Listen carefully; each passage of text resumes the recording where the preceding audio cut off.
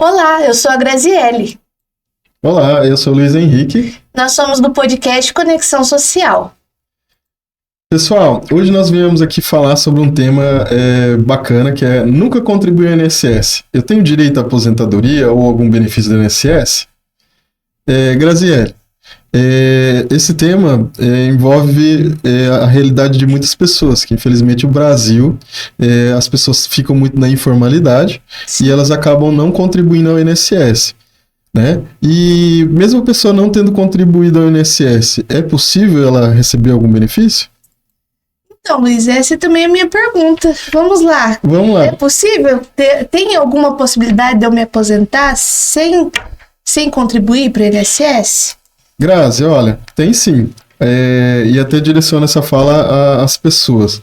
Olha, a grande realidade que a gente vê hoje no escritório a pessoa ela contribuiu por um período e aí ela ficou desempregada, não alcançou o número de contribuições necessárias para receber, seja um auxílio-doença, receber uma aposentadoria por idade ou até uma aposentadoria por tempo de contribuição.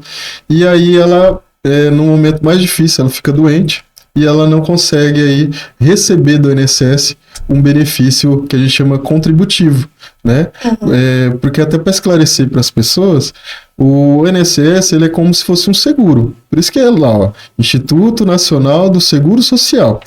Então, como um seguro, a pessoa precisa ter uma contrapartida financeira, precisa pagar para depois ela ter direito aos benefícios ou às prestações do INSS.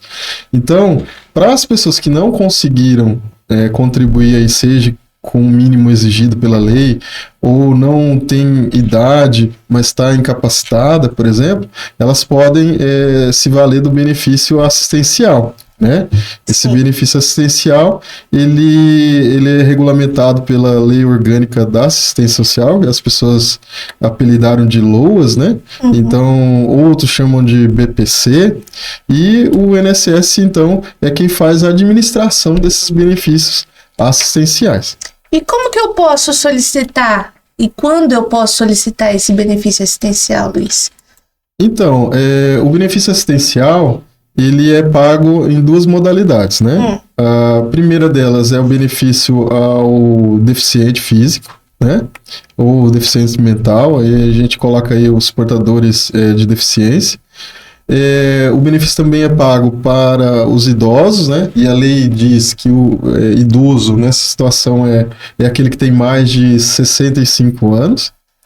E para a pessoa poder receber esse benefício, ela tem que cumprir uma série de requisitos, né? E aí a lei estabelece lá esses requisitos. Certo. E você falou aí da deficiência. Essa deficiência somente vê que a pessoa está deficiente ou tem um outro ponto que a pessoa não consiga trabalhar? Como que eu posso comprovar essa deficiência?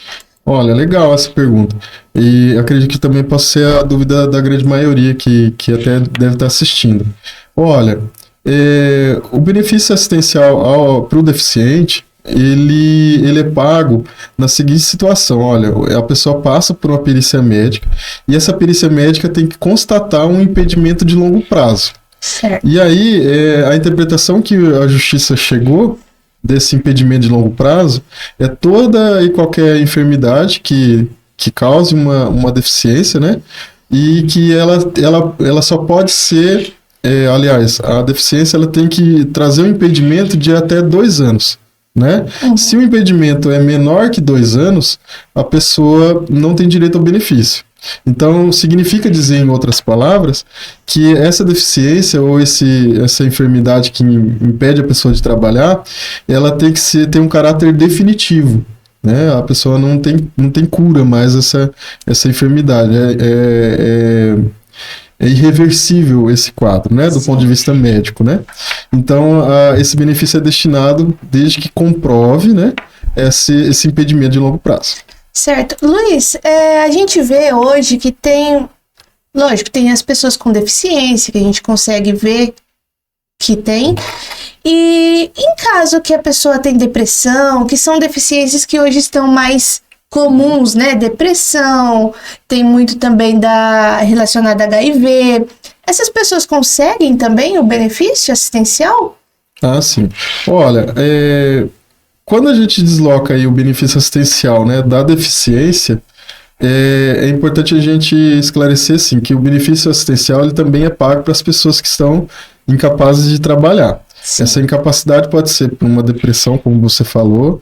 Essa incapacidade pode ser proveniente da pessoa ter HIV, por exemplo, ou até um câncer, né? Uhum. São muitas enfermidades aí, mas as mais comuns, né? A gente pode citar aqui. Seriam essas, né? Até problemas de coluna, né? Desde que ela seja irreversível, a pessoa não tem mais um prognóstico aí de cura, é possível obter o benefício. Isso nos traz a ideia de que, olha, o benefício ele não é só para quem tem uma deficiência. Uhum. Embora a lei, que o Estatuto do Deficiente diga ali que deficiência vai ser alguma alteração na estrutura do corpo, dificuldades da saúde mental, e né, tem um conceito próprio da lei ali dizendo o que é deficiência. Mas, para ficar de uma forma mais clara mesmo, olha, a pessoa tem que responder para si mesma, olha, não estou conseguindo trabalhar por conta dessa minha enfermidade. Se ela, de fato, né, de forma muito verdadeira, ela reconhece para si que não consegue trabalhar, então muito provavelmente ela tem direito a esse benefício, né? Lógico que preenchendo os demais requisitos. Luiz, hoje, estava lembrando aqui que você falou de deficiência e tudo mais, hoje a gente vê também muitas mães com os filhos com autismo, um grau que a gente vê que é bem elevado. Essas crianças, elas têm possibilidade de receber um benefício? Olha, Graziele, tem sim. Sempre lembrando dos demais requisitos, né? Sim. Que é a prova da deficiência ou da incapacidade e a questão da renda, né? Que a gente chama na advocacia de miserabilidade econômica. Sim. Também, quando a gente fala de deficiência, eu me lembrei aqui de um detalhe que essa deficiência sempre vai ser examinada do ponto de vista de barreiras sociais. Então, sim, olha, o paciente, o indivíduo, ele é autista, por exemplo. A pergunta é, quais são as barreiras sociais que essa deficiência causa a esse indivíduo? Então, ao responder esse questionamento, é possível demonstrar que essa deficiência, né, ela impede ele de estar em igualdade de condições com as demais pessoas em sociedade. Então, olha, é uma criança, ela não tem uma capacidade de trabalho, né, ainda, ela não iniciou sua vida laboral. Mas, e as barreiras que ela possivelmente enfrentará? É isso que é protegido por essa lei.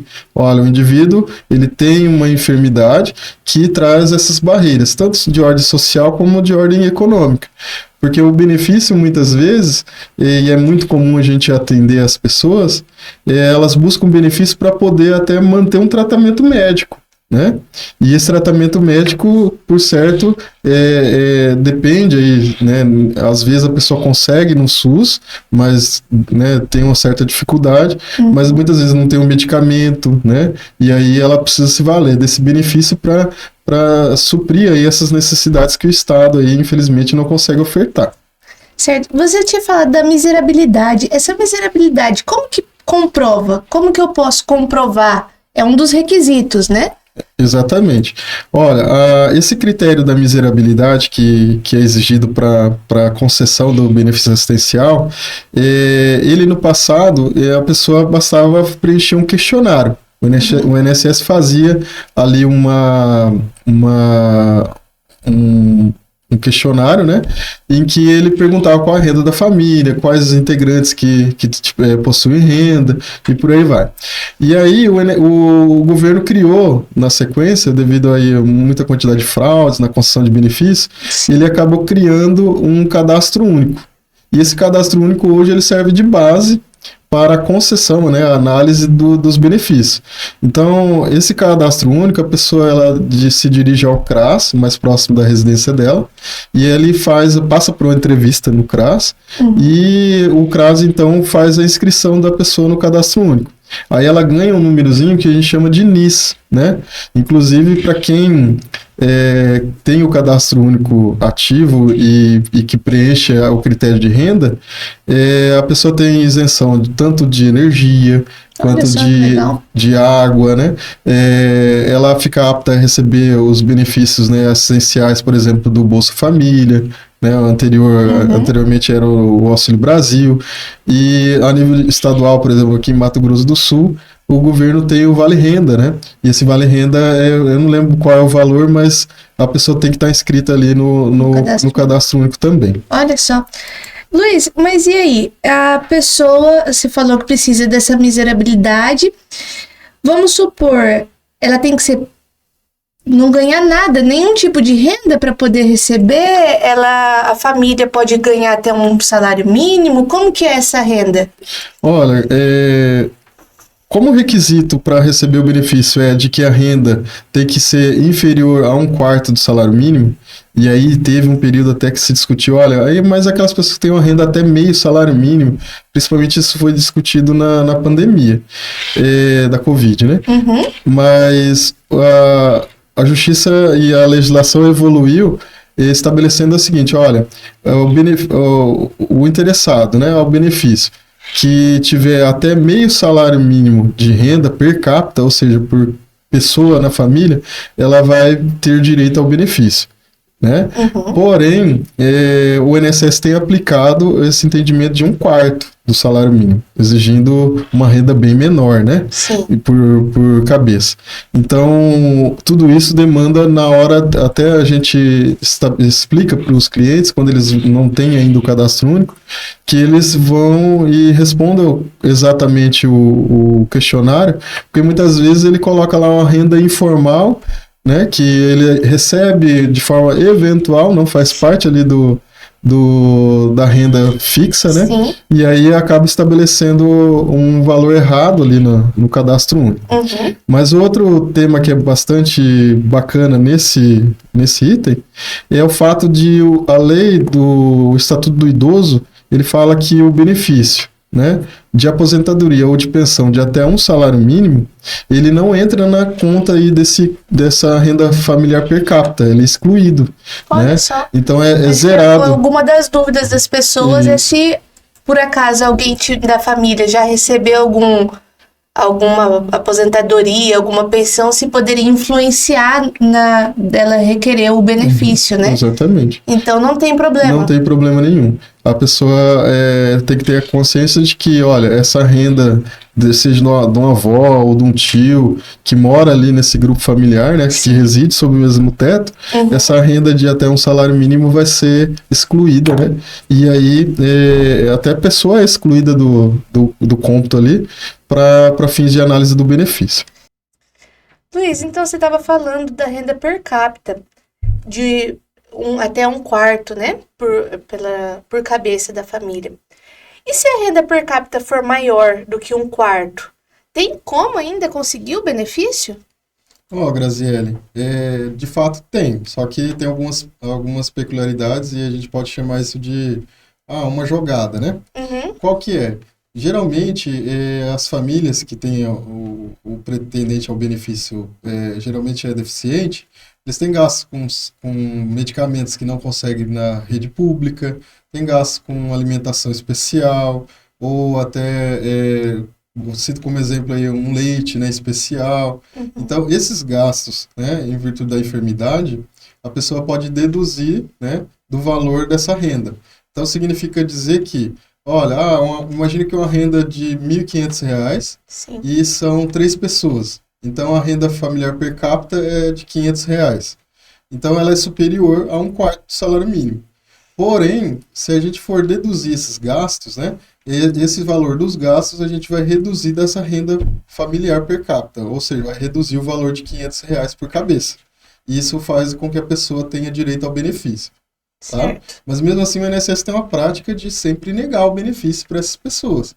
Ele identifica, então é comum. Ele identifica que, por exemplo, esse remédio tem no posto de saúde, mas o posto de saúde, mesmo dando a declaração falando que não tem, ele não leva em consideração. Entendi. E se mesmo depois da pessoa conseguir cadastro único, documentos médicos, tudo, e o INSS negar administrativo, tem como fazer de uma outra maneira? Porque muitas vezes o INSS nega, só que a pessoa necessita mesmo, né? Tem como a pessoa entrar de outra forma? Como que é? Olha, tem sim. É necessário que a pessoa procure um advogado, né, especialista em direito previdenciário, e ele, de posse dessa documentação, né, verificando lá toda a documentação no meu INSS, ele vai poder entrar com ação judicial, inclusive ele vai poder cobrar parcelas atrasadas desse benefício. Olha Porque só que interessante. interessante, gera um saldo muitas vezes bem considerável, e isso ajuda a pessoa aí, né, no momento de maior necessidade. Então é importante que a pessoa procure um advogado e de preferência especialista, tá Olha bom? No só. assunto. Muito bom. E olha, eu acho que o que a gente falou até aqui é o suficiente, né, para informar as pessoas. Sim, acho que as dúvidas de muitas pessoas, né, que tem até o momento.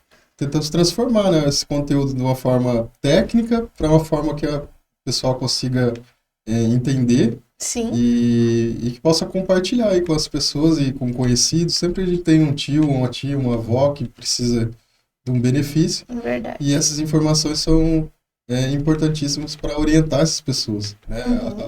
Acho que a busca de um direito, ela passa pela informação. E sem a informação, não há busca do direito. Então, eu acho que é importantíssimo a gente sempre produzir um conteúdo assim para que as pessoas venham a se informar cada vez mais.